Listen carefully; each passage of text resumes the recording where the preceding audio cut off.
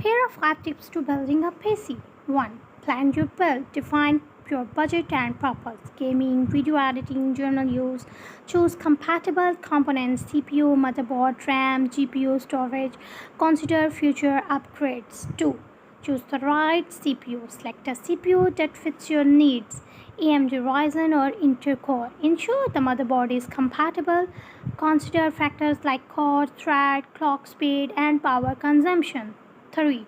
Select the right motherboard. Ensure the motherboard is compatible with your CPU and has features like USB port, SATA ports, or an HDMI output. Check the cheapest form factors and expansion slots. 4. Don't forget cooling. Choose a CPU cooler, air or liquid, and case fans for adequate airflow. Consider a power supply with a high wattage rating for future upgrades. Monitor temperature to prevent overheating. 5. Ground yourself and follow proper installation. Static electricity can damage components. Ground yourself by touching a metal object or wear an anti-static wrist strap.